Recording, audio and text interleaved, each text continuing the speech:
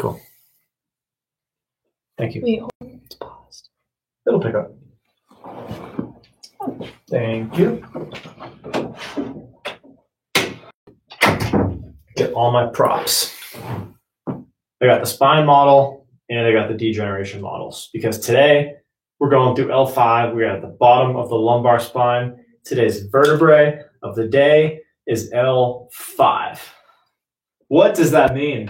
That means we've gone all the way from the bottom of the skull, being C1, the atlas bone, my favorite bone, all the way through the cervical spine, all the way through the thoracic spine, all the way through the lumbar spine, and now we're at the very top of the sacrum, which is the foundation. So we're down at L5 today for vertebrae of the day. The L5 spinal nerves are so important. The L5 spinal nerves are so important in peripheral circulation to the lower extremities. What does that mean? Peripheral circulation. The body's ability to bring blood flow from the heart to all the way down the feet. So our lower extremities, our legs. So the nerves that control the amount of blood and the constriction and dilation of the blood vessels, that's really what they control, to the lower extremities is controlled by L5.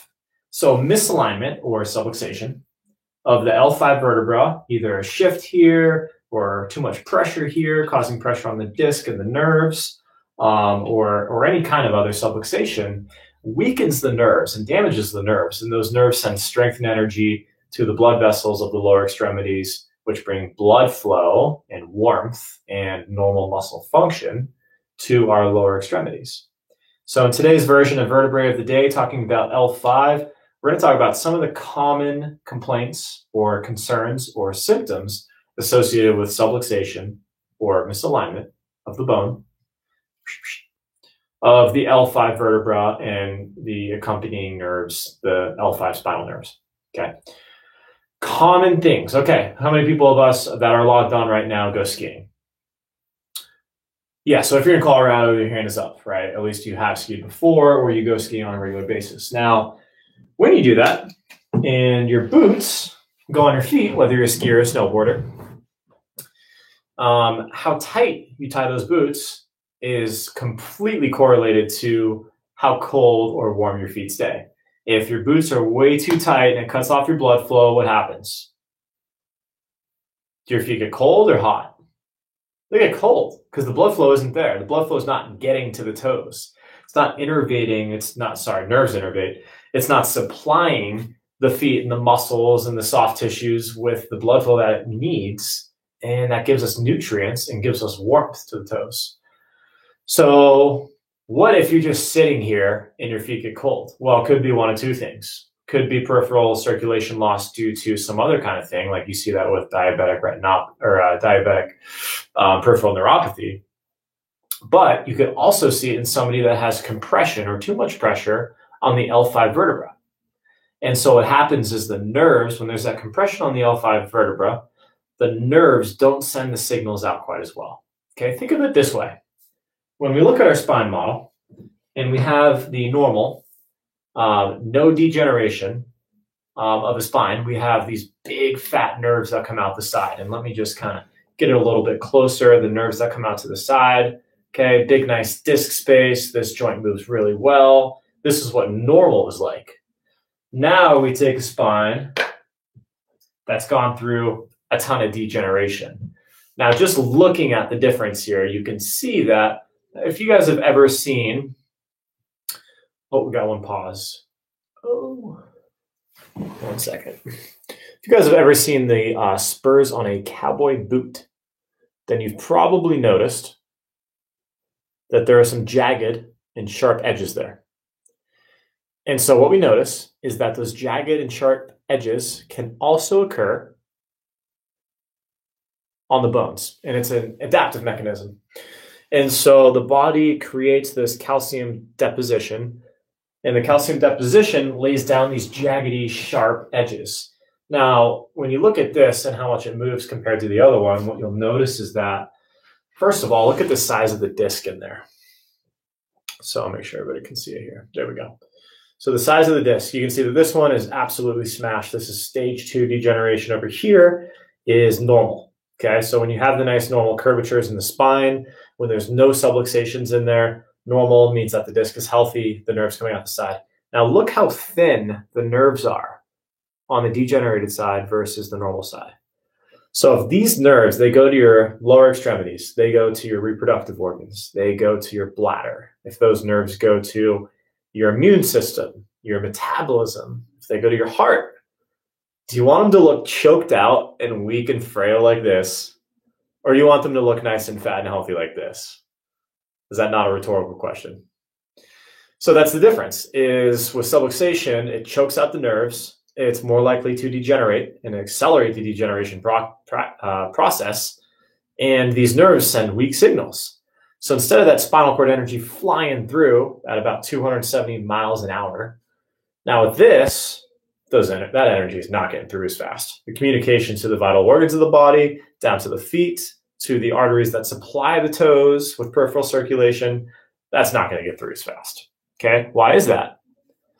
Well, that's because the nerves are now being choked out. And these nerves right here being choked out do not send the same signals.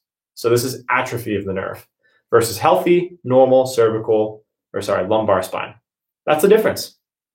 That's it, guys. So when subluxation occurs in the body, then what happens is it accelerates the degeneration process and it leads to health problems in a shorter amount of time.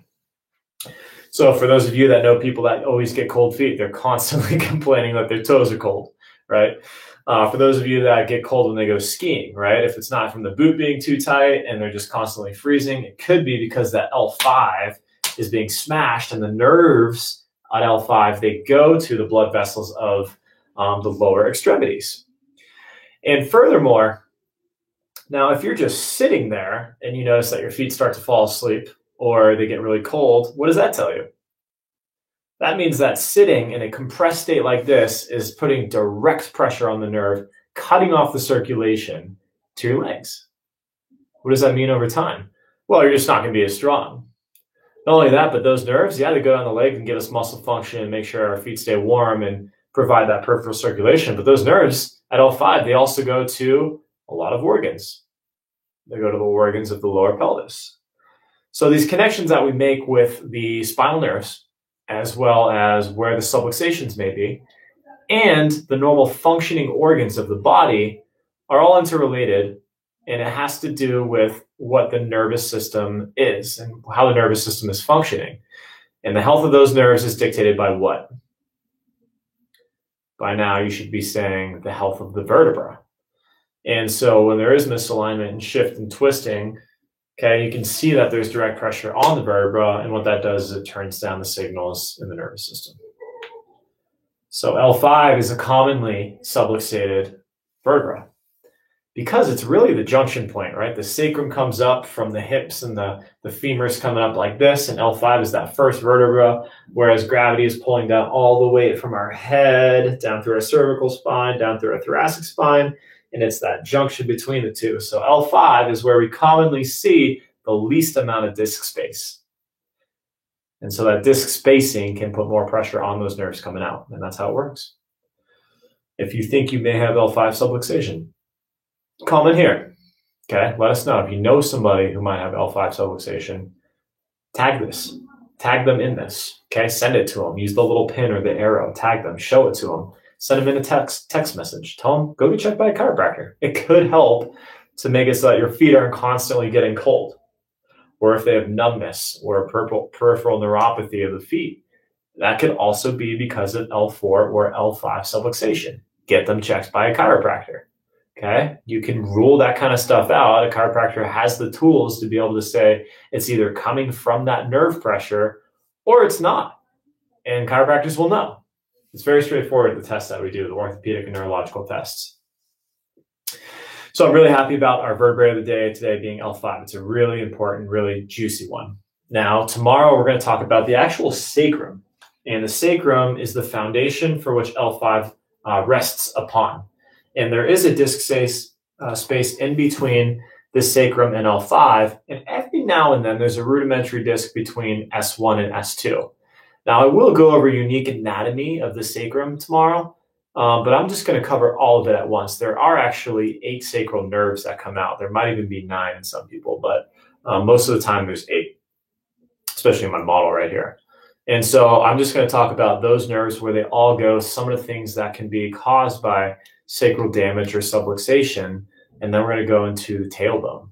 Okay, so tomorrow, which is Tuesday, the 2nd of March, happy March, everybody, we're going to talk about the sacrum, and then 3/3, okay, March 3rd on a Wednesday, we're going to talk about the coccyx and how that, the tailbone, can also become subluxated. Okay, so I'm looking forward to these last 2. We wrapped up the lumbar spine. We're going into the sacrum and then into the coccyx. And then we're going to do a big final day on the 4th and just wrap everything together, talk about subluxation and its effects, and also talk about overall nervous system health. And I'm going to offer you guys something really, really, really, really cool. Okay, and stay tuned for that. All right, if you guys have any questions, comment, tag this, pin it, wave at me. I'm going to take a quick second to thank everybody who joined. Got Sophie, Megan. Hey guys, good to see you. We got another DC. Is that I think that's Joe Ellen. Hey Doc, how you doing? Then we got Resilient. I cannot see how close who that is exactly. Resilient, thank you for joining. Awesome, really appreciate it. Karen, good to see you. Yali, good to see you. Looks like Bethany jumped on talking about her sacrum. So an anomaly between L5 and the sacrum, and that can happen.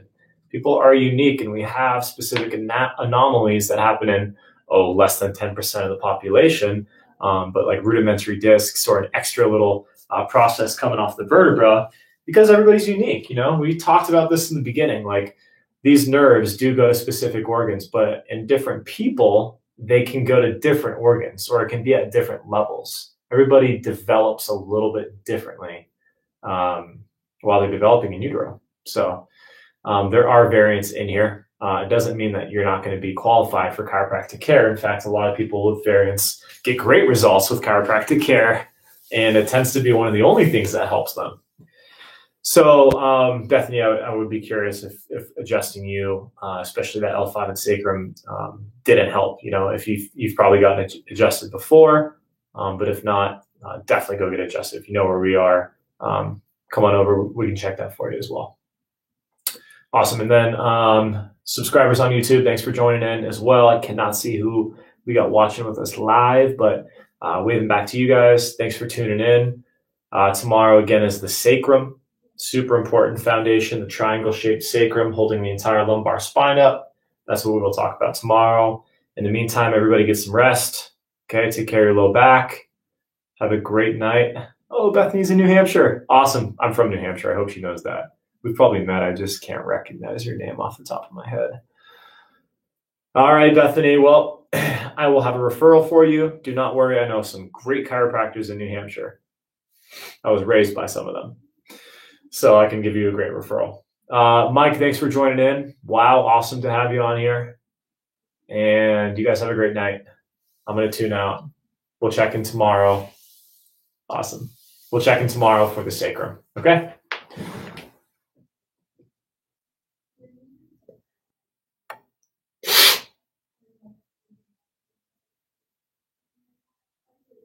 Oh, awesome. Okay, so Bethany, I know you well.